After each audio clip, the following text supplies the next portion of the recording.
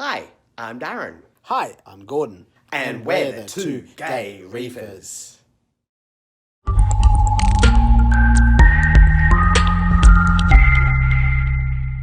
What's going on, guys? I'm Jake Adams with the Reef Builders, and we're here at ReefStock 2019 in Sydney, Australia, and I'm here with the two big gay reefers, and they are unofficially becoming the official video recorders of ReefStock Australia. How'd you like the show this year? It was fantastic. It was an awesome show. It was just fantastic. Yeah. Oh, let me introduce these guys. We got Darren, And Gordon, right? These guys, are you going to get this video out very soon?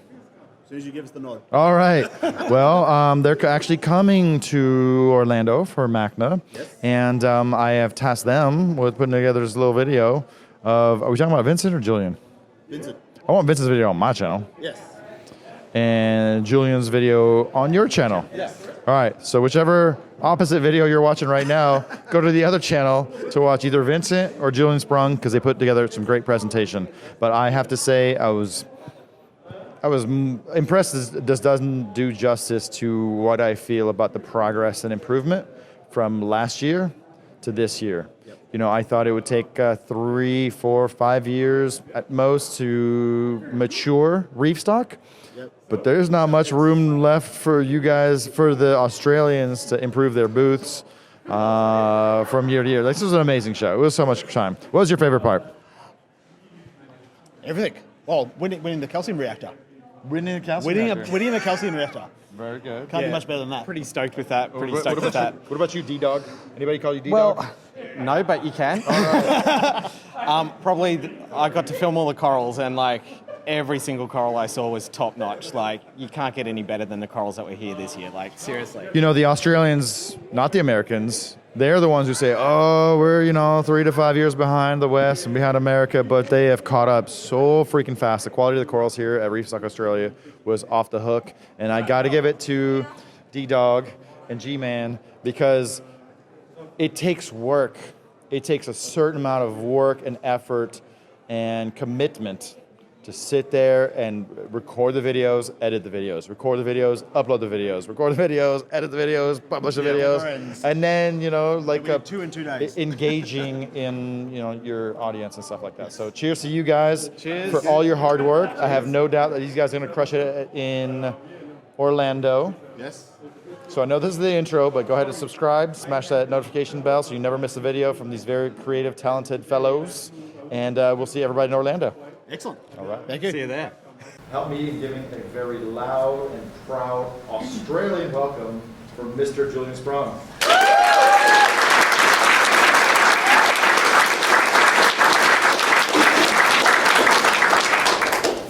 Thank you very much, Jake. Really appreciate the very, very kind introduction. And I don't suppose I need that microphone. Is that, everybody can hear me okay? That's just for me. Just for you? Okay, so it's picking up a little bit. No farting? Yeah. Okay, so yes, Little Stories 3. The only additional thing I can explain about these lectures is, when I'm planning one, I just sort of grab subjects that are interesting to me, that I'm thinking about, that relate to the aquarium hobby, sometimes directly, sometimes from a scientific point of view, sometimes related to news in the media, and I thread them together with a common theme where it's not, most of the time, not two separate subjects. It all weaves together, or at least I try. So the saga continues. Caliplesiops argus. Anybody know who I'm talking about here? It's a pretty fish. You're familiar with, what do you call it, marine comet here maybe? Marine betta. Marine betta. Okay, we call it that in the US as well. There are 2 species and they're very similar. Those are the 2 there. The more common one is this one. I actually think that's the prettier one. The less frequently seen one is there on the left. That's Caliplesiops argus. The one you usually see is Caliplesiops altivelis. And for a long time, there was some debate in the scientific community as to whether they were actually distinct species. Growing up in Miami and then being familiar with a local wholesaler in Miami, All Seas, I had the opportunity to see some of these over the years, and there was no doubt in my mind the first time I saw one that it was a distinct species. There are differences not just in the coloration, but also in the shape of the fish. Those differences are not as apparent when you take a photograph of the fish from the side. You have to see one living to really appreciate it. So a friend of mine, Scott Michael, who is also an aquarist and an author of books, had written an article or two about them and suggested that they were actually the same species, and I called him up and said, definitely not, but he had never seen them. Or he'd maybe seen one, an adult, and wasn't quite sure. This is an article that he published back in 2002 where he finally said, yep, you're right, okay, I see it now. And he finally saw some more of them, especially a juvenile. And so around that time, the taxonomy became clear that these were distinct species. And you can see some differences in color. Smaller spots, red and blue in the dorsal and anal fins. Now that I'm looking at these fish, and I had the opportunity, as I'll show you in a moment, to get a pair of them, I believe there's actually a difference between male and female, which is, I don't know if that's the case in the more common one, Altivelis. If you look at the male, you see these lines, these squiggly lines in the anal fin, whereas I believe this is a female, it's more spotting there. Here's another example, male, the fins are actually more elongate in a male, I believe. More lines here versus more spots. Why I thought that, you can look here at this pair. These are the ones that I bought recently. See the spotting there versus lots of lines. That's the male, that's the female. They have yet to spawn, but they are doing a lot of displays now. I picked them up from this store, Professional Fish Keepers in Coral Springs, Florida. The owner of that store posts videos on YouTube as well as on his Facebook page, and he had posted a video for the marine betta, and he called it Caloplesiops altivelis, and I sent him a little private message and said, no, the one you're photographing there is actually Argus, and by the way, do you have that fish, because it looked healthy. And he wrote back to me, private message, yes, I still have this fish. In fact, I think I have two. And I wrote back to him, I said, no, you don't. But, because you might see one a year or one every 2 years. And so I immediately planned that week to go visit. In fact, he did have these two. So that's one of those moments where you go, bag them up. I want that. It's a great opportunity. They've never been bred in captivity. Oceans, Reefs, and Aquariums in Florida does have a pair, but they haven't gotten any successful spawns from them. Colospongia. You familiar with this sponge? No? There's some out there in the show floor. It's interesting to me for a while. They're quite beautiful, sometimes a pain in the neck. I saw a picture online of a red variety which I hadn't seen before. Usually you see a blue or bluish green or purple violet variety. Don't confuse this with Caloplesiops. See, that's the connection. For some people this is a hated pest because the blue-green variety encrusts over and kills corals. They are beautiful, no matter what. But this is a sponge that lives in symbiosis with cyanobacteria, as many sponges do. But this one, the symbiosis is so strong that the cyanobacteria really perpetuate it. They provide the necessary food for it. Although I have put this species in the dark, they lose their color but still survive, so they are getting nutrition from organic matter in the aquarium as well. They are a food for some types of sea stars. They also are a potential source of useful medicines because very few things will eat them, which means they have these toxic metabolites that are often used to treat cancer, viral infections. They're also a money-making fraggable item that you can sell along with your corals. And that makes them interesting. By the way, the name Colospongia, which has been in the aquarium hobby now for probably more than 20 years is wrong. That is not the name of this sponge. It's Lendenfeldia, which is much harder to say. Lendenfeldia chondroides, or chondroides. It's possible that the violet purple one is a different species, maybe even a different genus, I'm not sure. But there was this paper that you see right on top there that described from aquarium specimens, they were able to confirm that in fact this is the species. This is a photograph of what they look like in nature. They're usually a paler blue and more rugose like that, where they're getting more light than they would in an aquarium. Now here's a photo, screen capture from Jake's exploring in the Solomon Islands, and I just wanted to show, this is what the purple one looks like in the wild. And you can find it on almost every dive in the Solomons, especially if you go on a wall dive. It's everywhere, and it is only in these little colonies like that, whereas in an aquarium it'll grow into a huge thing that looks like Montipora capricornis. Why would it in the wild be just these little discrete colonies? Anybody know? Something is eating it. That's right. And I think it would be good to know who it is that's eating it. Can be starfish, could be fish, could be nudibranchs. We have to find out, and that's a mission of mine at the moment. Here's a good candidate. This was a post by Koji Wada last week. He showed that he received in a shipment with fishes this nudibranch. Somebody got online, it was Joe Fish, said, Koji, what are you doing bringing in nudibranchs like that? That's irresponsible. They always die. It's wrong. Cruel. And I agree.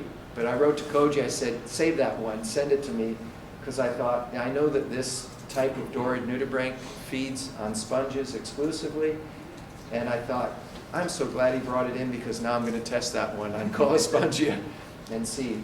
Eventually we will find it. I'm sure there is a nudibranch, a sea slug that does that, and as anyone knows, if you've ever had a sea slug that feeds on corals, you can't get rid of them. What a pain. And if we can find a sea slug that feeds on Colospongia, then that will be something that can be cultured, just like the sea slugs that are used to control aptasia. And this would be a new thing, a benefit. Because I think that, and when I say Colospongia, I'm referring to Lendenfeldia, so forgive me, you understand what I mean. I think that it's a beautiful ornamental animal, but when let to go out of control, it's a problem in a reef tank. And if we can have a balance with a predator and keep it under control, it'll be a nice, harmonious situation. On the subject of using sea slugs for control, I was doing a little bit of research recently on another subject, and referring to a biologist that I know at the University of Florida, and I saw this post, look, from June 18th. So this was just last month. He found an egg-sucking sea slug. And this is in Cedar Key in northern Florida. My alma mater is University of Florida in Gainesville, and we used to do marine research off Cedar Key at a place called Seahorse Key that the University of Florida has marine lab at. And so doing a little research off Cedar Key, they noticed picking up egg masses of snails, a sea slug that shouldn't have been there. And it's one of these egg-sucking sea slugs, new species. And what egg-sucking slugs do is, say that fast, egg-sucking sea slugs. What they do is feed on the eggs of snails and of other nudibranchs. What could that be used for? Well, maybe we could use control for Monte eating, acro eating, and so eating, other pain in the ass, won't go away, ruin your tank. Nudies. So that's another little thing I'd like to explore. It's not far from me. I can get samples of these, and we'll find out. Probably they won't help, but maybe they will. That's right. Thank you. We're not done with sponges. I'll try not to bore you with sponges. I love sponges, but some of you may know there are international symposiums Especially there's a popular one on Coral Reef Symposium, but there are international symposiums on algae and on sponges. Online you can find the entire abstracts of the 2006 7th International Sponge Symposium, and there you will find a few interesting topics. One, for example, is a well-known subject that sponges feed on dissolved organic matter. You can click on that and read a little bit more, but it's just an interesting fact that the sponges in our aquariums, in our sumps, in our refugia on the live rocks are helping control dissolved organic matter. Here's another relatively well-known fact. Sponges harbor nitrifying bacteria. They actually have the same bacteria that grow in our filters. And here was an experiment using the common chicken liver sponge, Chondrilla nucula. And they put the sponge in systems with fish and were able to show that the sponges transformed ammonia to nitrite and nitrate, which was kind of a neat experiment, something that an aquarist might do, and here these academics were setting up that experiment.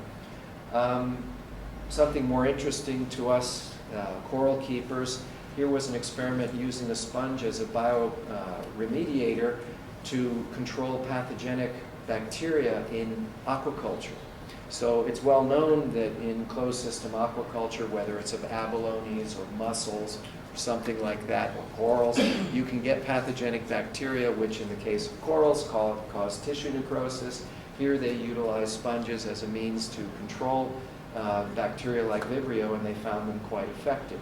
Don't worry, Two Little Fishies is not going to plan to market a sponge filter. I'm just talking about interesting subjects of biology.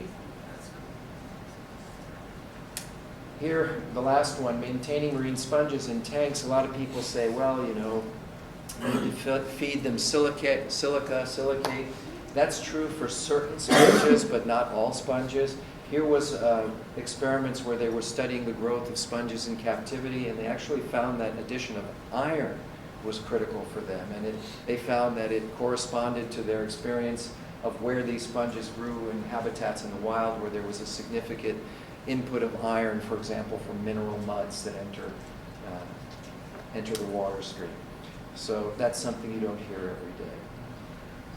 Cyanobacteria being bad. There's a thread connection there because cyanobacteria are symbiotic with sponges, so that's how I jump back to this subject. I live in South Florida, and we see this on the news. Does this make it all the way down under? You hear about South Florida waterways being plugged about with these algal blooms. Yeah, this was last year especially. We have a big lake reservoir called Lake Okeechobee, and all surrounding that we have farms for growing sugar. And that's something you hear about a lot in Australia, all the sugarcane farming, and the environmentalists get all up in arms and how it's ruining the environment, and we hear the same thing in Florida too. So when we see these posts about green slime and the ruining tourism, sugar gets blamed right away. Another culprit perhaps is septic tanks. You know what a septic tank is? Okay. Runoff from other farming, agriculture.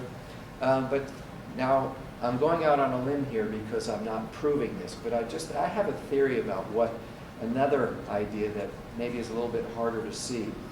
Look at this from a drone shot. What do you see in this picture? You see green slime algae, cyanobacteria on the surface of the water. You see houses. What else is sort of standing out there? Stagnant. What's that? Flow, stagnant. Well, stagnant is a feature, although not necessarily the only feature there. It's really healthy. Okay. Grass. When I've given this lecture a couple of times before, and people note the grass, and yes, that's a factor, perhaps, but it's not where I was going. Where I was going is, you notice the seawalls? They're not alive. Okay, so this is a totally altered environment, and what was there before the seawalls was this. Okay, you had a living shoreline. You had mangroves, and on the mangrove roots were sponges. And what were the mangroves doing year-round? They were dropping their leaves, and those leaves are a nice organic pollution. When the leaves fall to the bottom, there's microbes that break them down, and there's copepods that feed on the microbes. So you had this whole ecosystem, whereas Here you don't. So when the nutrients come in, who's going to bloom up? Microalgae. It's very much like an aquarium. That's my opinion. So anyway, red tide. Last year we got hit with green slime algae in the canals and red tide killing the fish in the Gulf of Mexico, and everybody was trying to point fingers, you know, because tourism dollars are a big deal.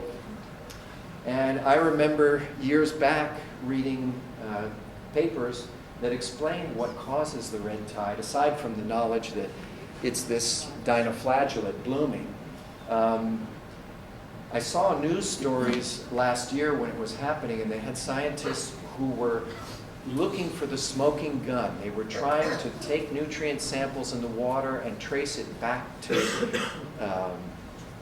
the lake Okeechobee that I'd mentioned earlier. And I remember watching that news and going, that's not how science works. You don't come up with a blame and then try to prove it. It doesn't work that way. You get data another way and see where it leads you. So anyway, it was already known for quite some time that the cause of these blooms is dust from Africa. And that's pretty crazy, but it's true. I know Dr. Prospero at the University of Miami, and I've seen some lectures he's given on this topic. And every year you get these dust storms from the Sahara, and they blow across the Atlantic into the Caribbean and all the way to Florida, and they stimulate primary productivity. They're rich in iron and in phosphorus, algal nutrients. So there you have it, an unexpected thing Halfway across the world. that you can read. What's that? From halfway across the world. Halfway across the world. Yeah. And this has been important historically. The geologists in Florida can show it in the fossil record, in the limestone that you can find in Florida. They find bands of iron. And there's no source of iron there in Florida. And this is related to these sargassum blooms, which are showing up now on the beaches the past few years. Now, in Australia, you have the benthic sargassum that blooms up. We have some benthic species, but most of the sargassum that washes up on the shores like this is a pelagic species that grows way out in the ocean where there's no nutrients. The only nutrients are that dust that comes from Africa. So it seems that we're getting an influence of that African dust some more. And the people studying these sargassum blooms suggest that changes in the circulation of the oceans and the wind patterns are causing this increased deposition of sargassum on the shore like this. So, discussing changes in ocean flow and climate, 1-2 tree.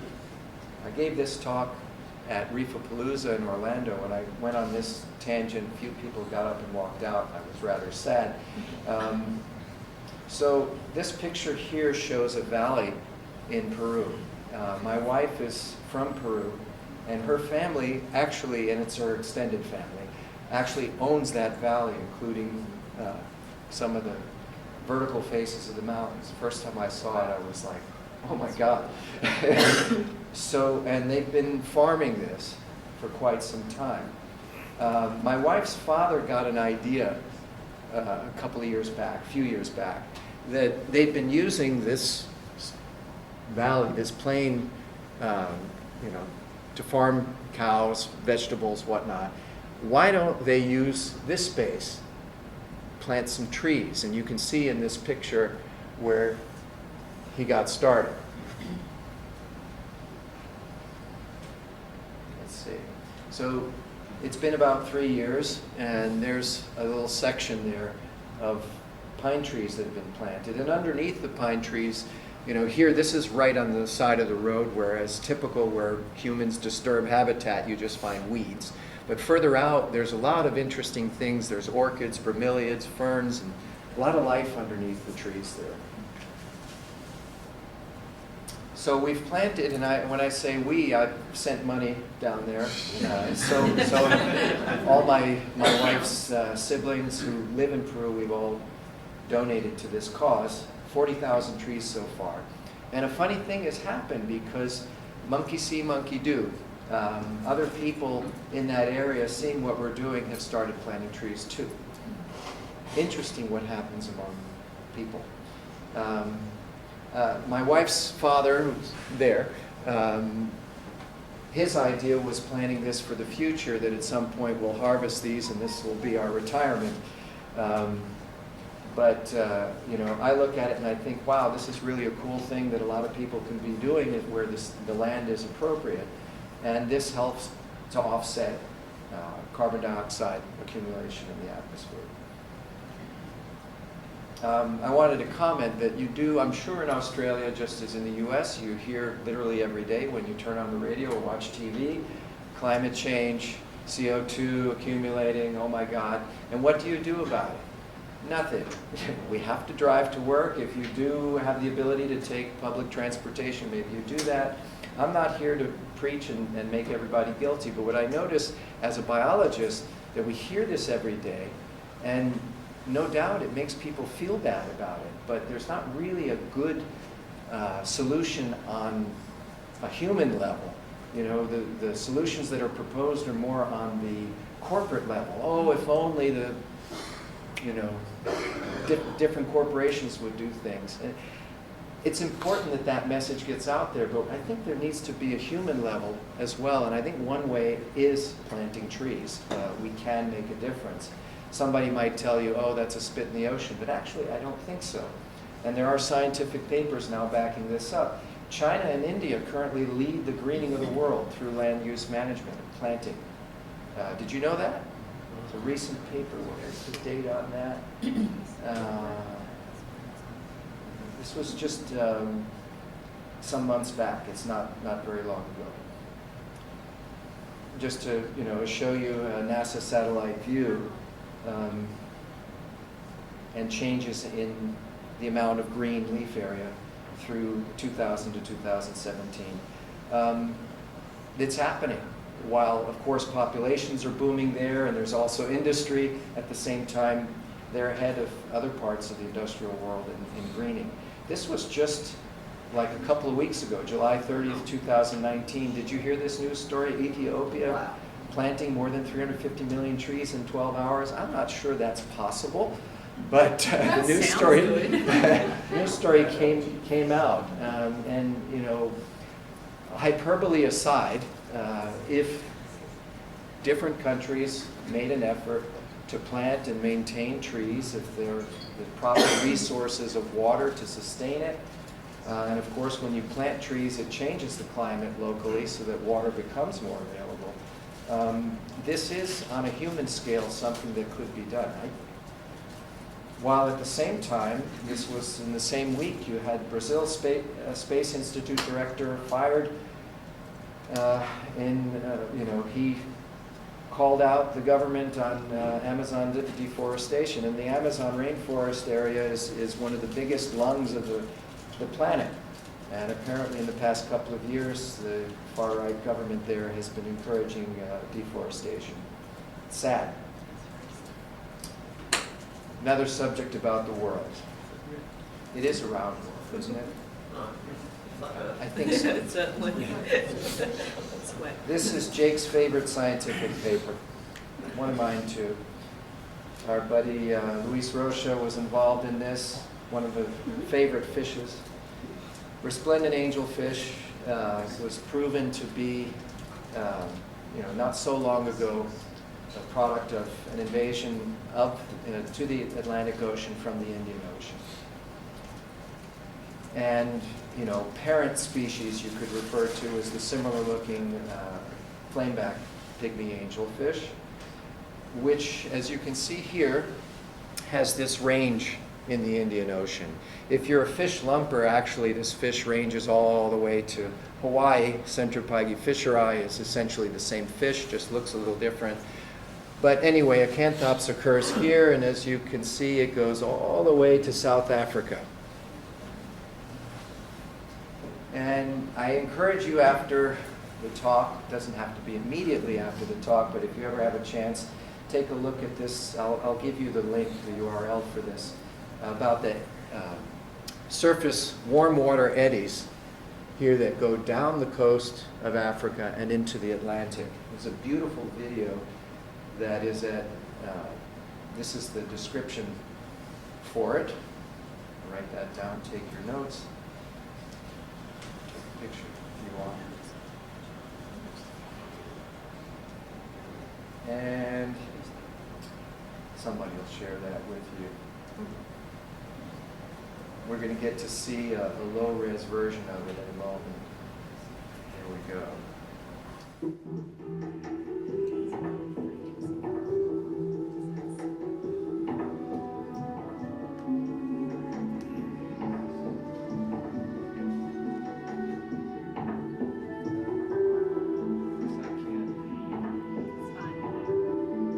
Can't turn the volume down.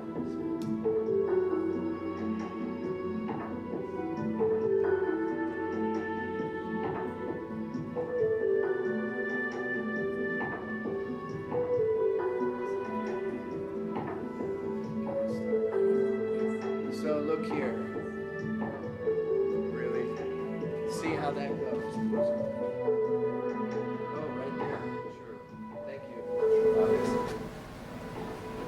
Okay, so that was what I wanted to show you. It actually goes around and you can see what happens in Australia as well, but that's outside of the range of the talk right now. Speaking of range, look at this. Chaetodondylosis. Who knows that fish? No, Jake does, but anyway, it's an ugly butterfly fish, and this is its range. Almost the same as Centropygia acanthops, and it's not a coincidence that this is the African Indian Ocean species here. We have this one in the Caribbean, that's Sedentarius, the painted butterfly. They're almost identical. It got there by the same route. Nobody's shown that scientifically yet, but they will. Stereonephthia, you're probably familiar with this kind of coral. These are common all over the Indo-Pacific. That photo was taken in Brazil. It occurs there. If you go diving in Brazil, you see scenes that look more like the Indo-Pacific, and that's because these creatures have made their way from the Indian Ocean into the Atlantic. So, what's next?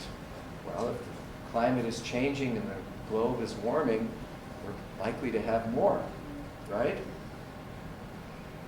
Lionfish. Yeah. Okay, so what are the chances that lionfish will not get into the Atlantic by this route? My opinion, zero.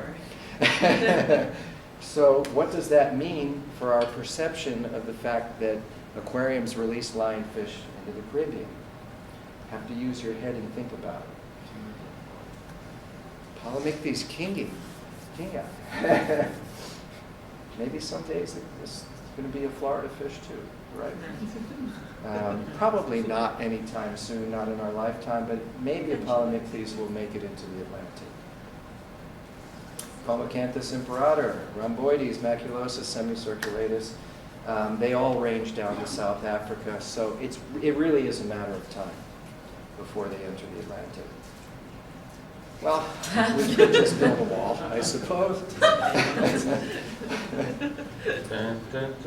Yeah. Related reading, for those of you who read, and I don't mean that in a derogatory sense. I'm sure that if you're here, you're probably readers as well. There's quite a few people who don't. These are interesting books on this very subject. Okay. Another topic. How much time do we have? All the time. Beautiful. Okay, I'm gonna go on this topic at Magna a bit more, but I have a short sort of a bit about it here. Fish sentience and the anti-aquarium movements. Excuse me. This is an article you can find online, written by Bernd Brunner, who is an extremely eloquent writer and a very good thinker, but he doesn't like aquariums. He's written a book about aquariums even, but he is promoting the point that it's cruel to keep fish in captivity, and I'm not one of those people who believes that. So I think it's worth reading to understand the psychology of this point of view. Very well placed arguments, but at least from my point of view, flawed. So it's important to see it to understand what are the thought processes that animal rights groups have against the keeping of pets as well as against the keeping of fishes. They're currently aiming at shutting down the aquarium hobby in general, and they're doing it one little bit at a time. Right now, they've been focusing on Hawaii, marine life harvest in Hawaii. They're also working on the keeping of betta fishes, which is really kind of your entry fish for many people in the aquarium hobby. We need to pay attention to this. I ask this question: do animal rights organizations really believe that the fish never die or suffer in the wild? It's an important thing to remember. And at the same time, it's important to remember that we can't rationalize and justify cruelty to animals or fishes because they also die and suffer in the wild. You have to see both sides of that. So there are scientists who actually study fish sentience, you know, what is the mental capacity of fish and how much do they feel. Scientists, academics take a point of view of needing to prove something and do a test that can demonstrate something without a doubt. And that's very difficult with sentience. But there are a lot of papers, some of which you can find online, that demonstrate without a doubt very high level of sentience in fish. And although you have this crazy comment, whether fishes are sentient beings remains an unresolved and controversial question. That's a very academic statement by one of the leading researchers of this. I know, because all of you keep fish, that you know that fish are really sentient and very smart. But science must work from the point of view of testable ideas. I just want to say that there has never been a day that I, as an aquarium hobbyist, have ever questioned or doubted that my pets, my fish, are sentient and very intelligent.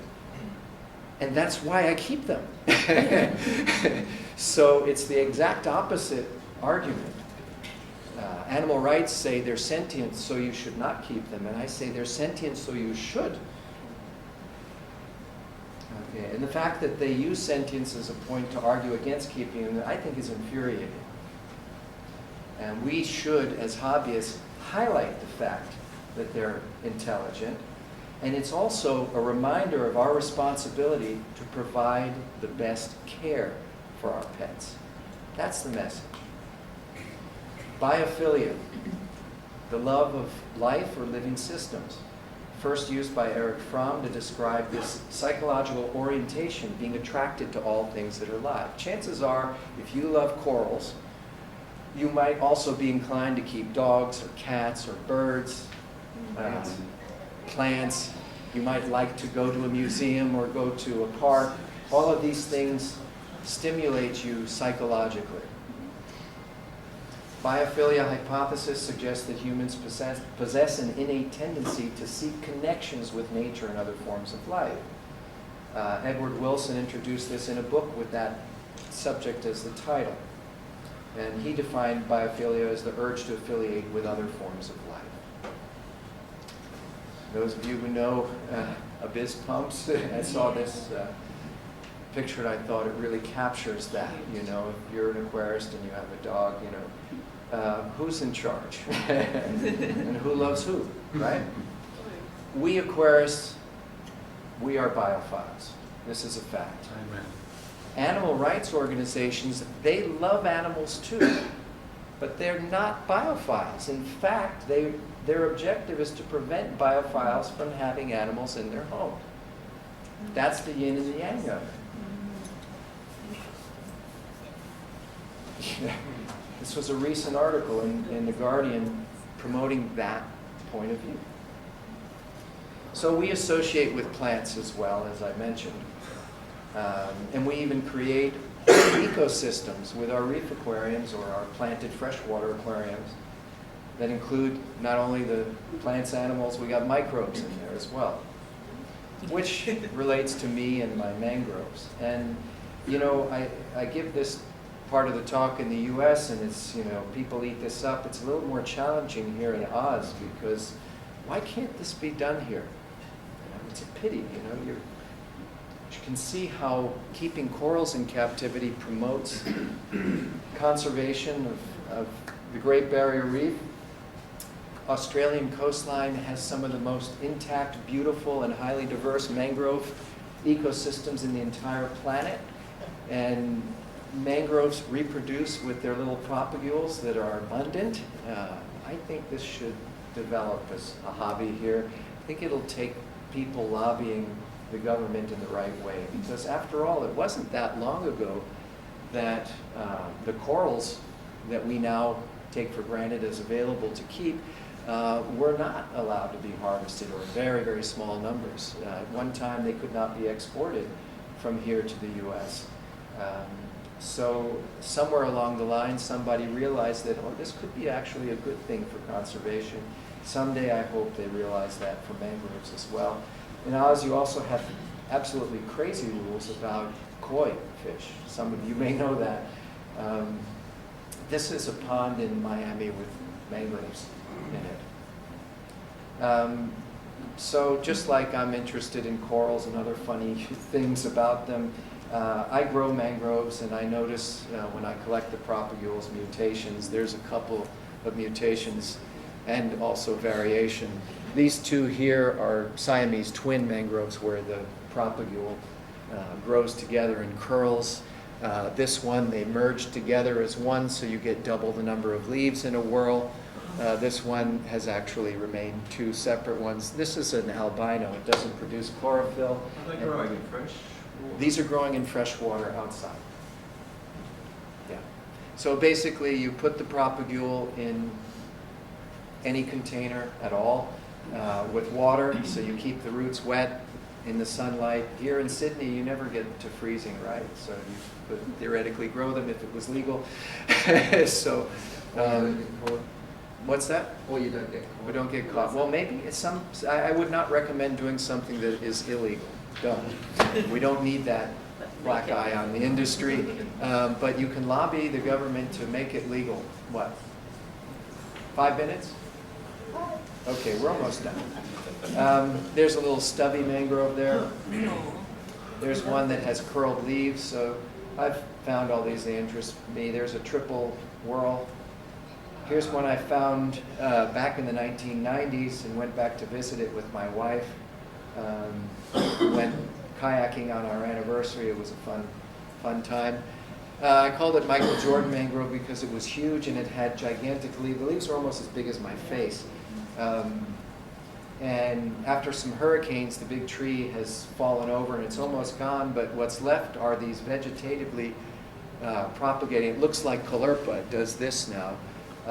And I've never seen it produce any propagules, so I think it's sterile.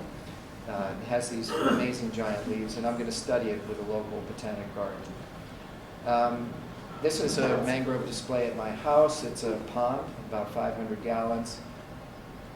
And it's a great habitat for Cassiopeia, the upside-down jellyfish, for Elysia. They're little photosynthetic sea slugs, sacroglossans. I have sea biscuits in there that live in the sand. It has a big sand bottom. Sea apple likes that kind of habitat. They feed on diatoms. Giant clams, plenty of sunlight. I don't have a carpet anemone in there, but I might do that in the future. That's the type of habitat that they live in. And so I've also demonstrated these ideas of a refugium that you could connect to your reef aquarium. And it's a display, and it's a refugium, and it's a display. Hey, so kind of a neat concept, and Two Little Fishies may market this. It's a great way to demonstrate the ex aqua in-out, which is an overflow. You can see it. Let's see if that works right there. I'll do the same thing with Jake. I'll learn a trick.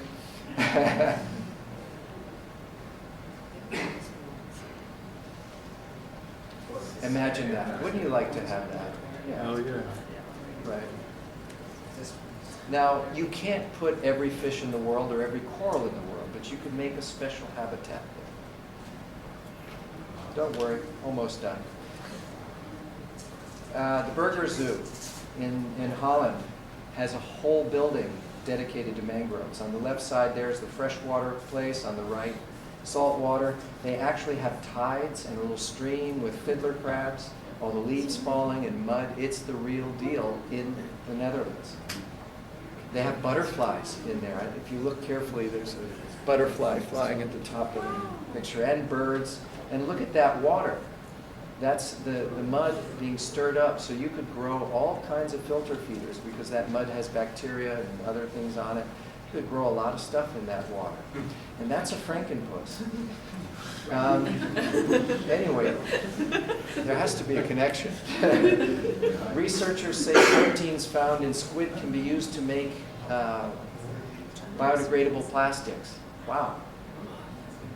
Poor squid, we're going to harvest them, right? No, they've actually figured out a way to synthetically make the plastic that it was originally extracted from the ring teeth in the little suction cups of squid. And those proteins could be cheaply manufactured to use to make bioplastics. Wonder what that could be used for. Tanny Hoff's aquarium, and some of you are on Facebook may have seen this.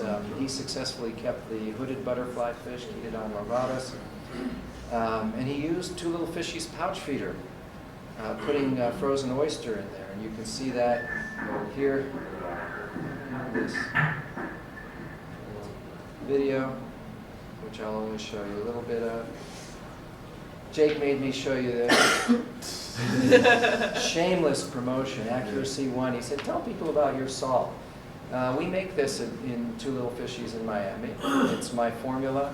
I use pharmaceutical grade sodium chloride, so ultra purity. That's what makes it darn expensive. It also makes it mix up very, very clean. And on the small size, we package it in pre-weighed packs, so it's very simple to mix up. You don't have to measure it out. On the larger size, we also break it into packs that are, in this case, 50 gallons at a time, to make a simple mixing procedure if you have a larger system. Here, hi, Julian Sprung. And I'll turn that off. Sorry, guys. You're getting to see that. note. And we're done.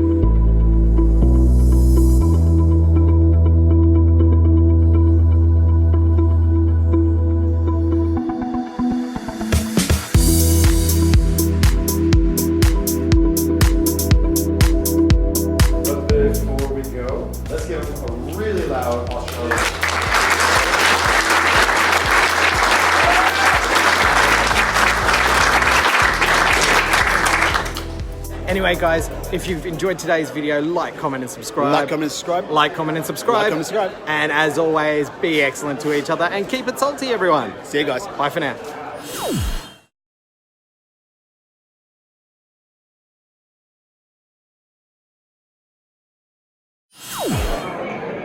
going on? It's a video. I know, you always get me with this. That was a photo.